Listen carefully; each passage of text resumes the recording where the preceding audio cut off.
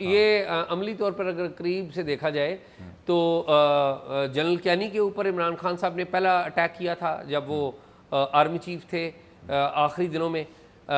फिर जनरल कैनी के बाद जनरल बाजवा आ गए, जनरल बाजवा पे अटैक हुआ और जनरल बाजवा के साथ जनरल आसिम मुनीर पे अटैक हुआ। तो फिर जनरल वसीम इफ्तिखार जो चीमा है वो चौथे नंबर पे अच्छा सिर्फ ये उस क्लब में आ गए। ये वैसे जर्नैलों का इशू नहीं है। खान साहब जो है ना वो हर जिधर वो खुद बाई सकते हैं ना वो निकल जाते हैं और वो नहीं देखते कि किसी और पे बात आ रही है। मेरे ख्याल मलिक रियाज के हवाले से भी उनकी यही पोजीशन है कि मुझे क्या पता। रियाज वैसे पिछले दिनों इन्होंने एक कोई आए हुए थे तो उधर जो इन्होंने बात की जर्नलिस्टों से, तो उसमें वो कहते हैं जी कि ये बात ने भी हाँ फैज़ का भी कहा है ना उन्होंने। नहीं, फैज़ के बारे में बात की, लेकिन एक और बात की उन्होंने कहा, बात ये हो रही थी जी कि जो डोनेशन आया अल कादर यूनिवर्सिटी के लिए कि मलिक रियाज ने दिया, तो वो उसकी वजाहत क्या दे रहे थे या अपने आप को उसमें से कैसे निकाल रहे थे।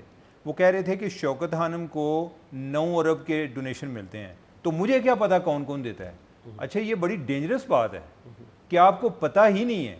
नहीं कि ये सिर्फ चंदे की जो लोग 10 रुपये 20 रुपये को 5,000 10,000 या 1 लाख दे रहे हैं उनकी बात नहीं हो रही, और ना इससे 9 अरब बनता है। ठीक है, ये लोग जो है ना वो आपकी क्रेडिबिलिटी में ज़रूर इजाफा करते हैं, लेकिन को बड़ी पार्टियां आती हैं कि जो आपको बड़ी बड़ी अमाउंट देती हैं तो उसका आपको पता होना चाहिए। उसमें तो जो बैंक्स हैं इनके वो STR जनरेट कर देते होते हैं जी, कि वो ये नहीं देखते कि ये जो है आगे कोई शौकत खानम है या कोई और खानम है, वो उस पर एक STR suspicious transaction report generate कर देते हैं कि इतनी बड़ी अमाउंट आई है, ये इस बंदे को चेक करें ये कौन है। तो अगर खान साहब को भी नहीं पता और जो भी आए उनको देता जाता है, तो ये इसका चैरिटी का कतई ये मतलब नहीं है कि आप जो है उसमें से इस तरह से निकलने की कोशिश करें। लेकिन अब जो है इनके इस केस में तो मैं बता रहा था कि तोशाहाना के हवाले से जो उन्होंने नैब को स्टेटमेंट रिकॉर्ड कराई, तो उसमें उन्होंने कहा जी कि जो तहाइफ की उधर जो है इल्ज़ाम यह है कि आपने बड़े सस्ते दामों खरीद लिए हैं। जिस तरह खान साहब कहते होते हैं ना दूसरों को ये बड़ा सस्ता बिक गया है, तो उन्होंने कहा जी कि ये तहाइफ जो है आपने बड़े सस्ते दामों खरीद लिए हैं। तो खान साहब का उसमें ये मौक़िफ़ था, उन्होंने कहा जी मुझे तो पता ही नहीं है, मेरे मिलिट्री सेक्रेटरी को पूछें। मेरा मिलिट्री सेक्रेटरी जो है वही कीमत लगाता था, मैंने तो उसको आज तक नहीं कहा, तो आप उनको पूछें।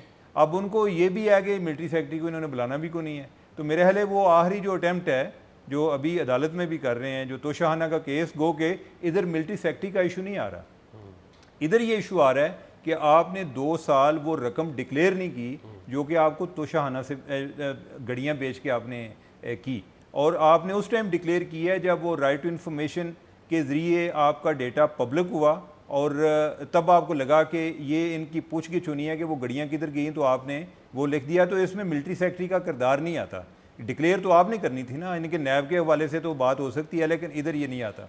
तो आपको क्या लग रहा है कि उन्होंने एज अ विटनेस कहा है जी कि मेरा विटनेस उनको पेश किया जाए, तो आई डोंट थिंक कि ये अदालत के लिए ये ज़्यादा प्लाजिबल होगा। एनीवे ये अदालत पर है कि वो क्या नहीं, मैं उस प्रोसेस की तरफ आता हूँ ना कि अब होने क्या जा रहा है, अदालत में क्या होने जा रहा है। पहली बात तो ये है कि जो ये जज साहब हैं ये डे टू डे बुनियादों पर केस की समाअत कर रहे हैं। 31 अगस्त तक छुट्टियां हैं, लेकिन ये जज साहब जो हैं वो 5 अगस्त तक अवेलेबल हैं। अब तक का जो रिकॉर्ड है या अब तक की जो रिकॉर्ड के ऊपर चीज़ें, तो इसका मतलब ये है कि जो जज साहब हैं वो 5 अगस्त तक फैसला कर देंगे। इस केस का फैसला 5 अगस्त तक मुतवक्का है। मुमकिन है कि 5 अगस्त से तक या उससे पहले ये फैसला आ जाए। अब प्रोसेस क्या रह गया है? इमरान खान साहब का आखिरी बयान हो गया। अब इमरान खान साहब के पास इस केस को डिले करने के लिए, इल्तवा में डालने के लिए एक अपॉर्चुनिटी है कि वो कोई गवाह पेश करें। मेरी इतलात के मुताबिक वो कोई गवाह पेश करेंगे। वो गवाह कौन है अभी तक किसी को पता नहीं है कि वो गवाह कौन है। नहीं, गवाह के हवाले से मैंने ये सुना है कि वो कह रहे हैं जी कि उसको मेरे मिलिट्री सेक्रेटरी को पेश नहीं करें। वो तो नहीं होगा ना, लेकिन मेरी इतलात के मुताबिक कोई किसी बंदे को ये पेश कर रहे हैं। ठीक है, वो कौन होगा किसी को ये नहीं पता। ये कोई टाइम का पता है कि कब तक पेश करना है? ये अब तो अगली हियरिंग होगी ना, अभी डे टू डे बुनियादों पे तो ये चल रहा है। आज यकम है, आज यकम है। ठीक है, जज साहब के पास टाइम भी थोड़ा है जी, टाइम भी थोड़ा है। 5 तारीख देख लेना। ये साथ जुड़ी हुई है इस बात के कि मौजूदा गवर्नमेंट ने भी जाना है। ठीक है। अच्छा, अब मामला ये है कि गवाह आ जाएगा, उसके ऊपर क्रॉस एग्जामिनेशन होगी। जो ख्वाजा हारिस साहब हैं उनकी कोशिश होगी कि वो उसको ज़्यादा लंबा खींचे। ख्वाजा हारिस के बारे में मौजूदा जो जज साहब हैं हुमायूं दिलावर साहब, उन्होंने उनके कंडक्ट के बारे में, अदालती कंडक्ट के बारे में कल या परसों के अदालती ऑर्डर में भी लिख दिया है कि वो प्रॉपर उनका कंडक्ट नहीं है। मीनिंग उसका ये कंडक्ट अनबिकमिंग है, अनबिकमिंग है। और आप ये याद रखें, ख्वाजा आरस सीनियर वकील हैं। आमतौर पे ये जो छोटी अदालतें हैं, ट्रायल कोर्ट्स जिन्हें कहते हैं, इनमें पेश नहीं होते, लेकिन इस केस में पेश हुए हैं। ये देखें ना, पैसा कितनी चीज़ है कि एक बड़ा अच्छा वकील जो हमेशा सुप्रीम कोर्ट और हाई कोर्ट में अपीयर होता था, पैसे ने और शायद इमरान खान साहब की मोहब्बत ने उसको नीचे भी ले आया। खैर, लेट मी कंप्लीट।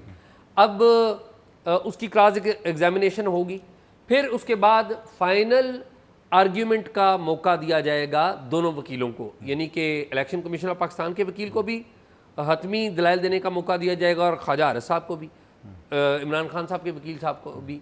तो इसमें भी वो एक आध दिन वो कोशिश करेंगे कि ज़्यादा से ज़्यादा खींचिए। आमतौर पे होता नहीं है ये, जो हतमी जो आर्ग्यूमेंट होते हैं ये ज़्यादा से ज़्यादा 10-10, 20-20 मिनट या ज़्यादा, बहुत ज़्यादा कर ले तो घंटा दिए जाते हैं, ठीक है। लेकिन ख्वाजा साहब यकीनी तौर पे कोशिश करेंगे कि इसको भी डिले करें। और जब हतमी आर्ग्यूमेंट हो जाएंगे, फिर जज साहब जो है वो डेट मुकर्रर करेंगे फ़ैसला सुनाने की, और फैसला सुनाने के लिए वो इमरान खान साहब को भी बुलाएंगे और फिर फैसला होगा। तो अब अगर जो कह लेना कि इमरान खान साहब के ख़िलाफ़ फ़ैसला वो 2 कदम के फासले पर है। 2 कदम क्या है कि मुतवक्का तौर पर उनका गवाह और हतमी जो दलाइल हैं, 2 कदम।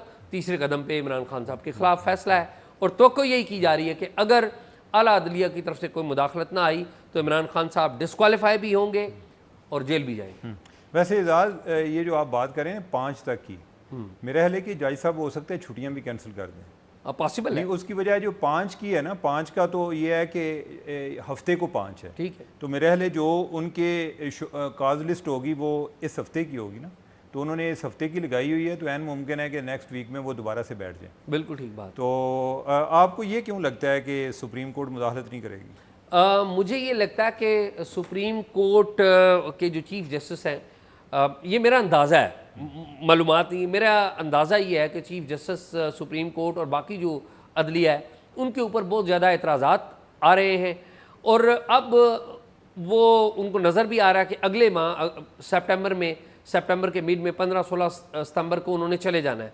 तो मेरा नहीं ख्याल कि वो जाते जाते कोई ऐसा काम करेंगे जिसका मुस्तकबिल भी उनको पता है कि आज अगर वो इमरान खान को रिलीफ दे देंगे तो 1 माह बाद, 1.5 माह बाद वो रिलीफ शायद अंडू हो जाएगी। लेकिन ये भी तो हो सकता है ना एजाज कि जब तक वो नहीं जाते तो वो कहें कि जब तक मैं मौजूद हूँ आपको कोई कुछ नहीं कह सकता। लेकिन उसकी कास्ट क्या है? उसकी कास्ट ये है कि उनकी अपनी क्रेडिबिलिटी, अदलिया का जो वकार है, बार बार ये सवाल उठेंगे कि एक मामला है जिसके ऊपर एक बंदा है जिसको बार बार आपने रिलीफ दिया है, तो ये सवाल तो उठेंगे। वो तो रिलीफ की बात तो पहले चल रही है कि उनको इतनी देर से मिल रहा है, और मेरे ख्याल क्रेडिबिलिटी जो है ना अभी उसकी वैसी सानवी हैसियत हो गई है।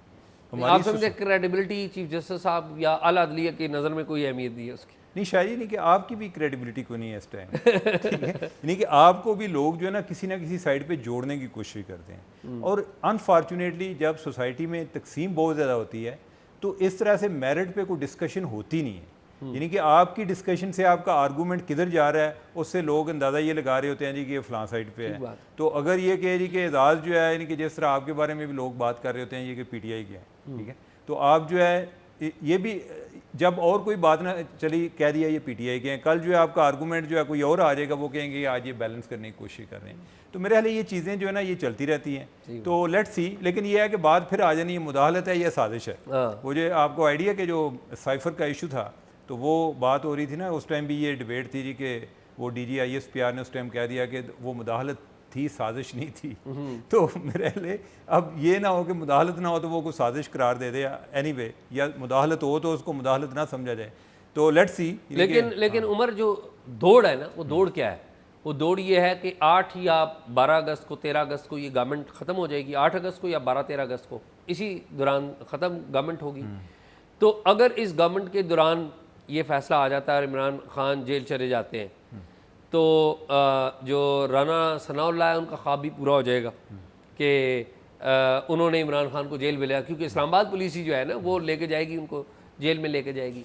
By the way Rana Sanaullah हैरान कुन तौर पर 4 दिन के दौरे पर इराक चले गए। वाह, मैं हैरान हूँ कि हुकूमत अपने आखिरी मराइल पे है तो राना साहब उधर चले गए, और ये केस भी अपनी मराइल पे है, आखिरी मराइल पे है, और वो उधर चले नहीं तो वो ये शायद तसर देना चाह रहे हो कि मेरा इससे कोई किरदार मेरी मुदाखलत कोई नहीं है और साजिश भी कोई नहीं है। हाँ, साजिश भी कोई नहीं है।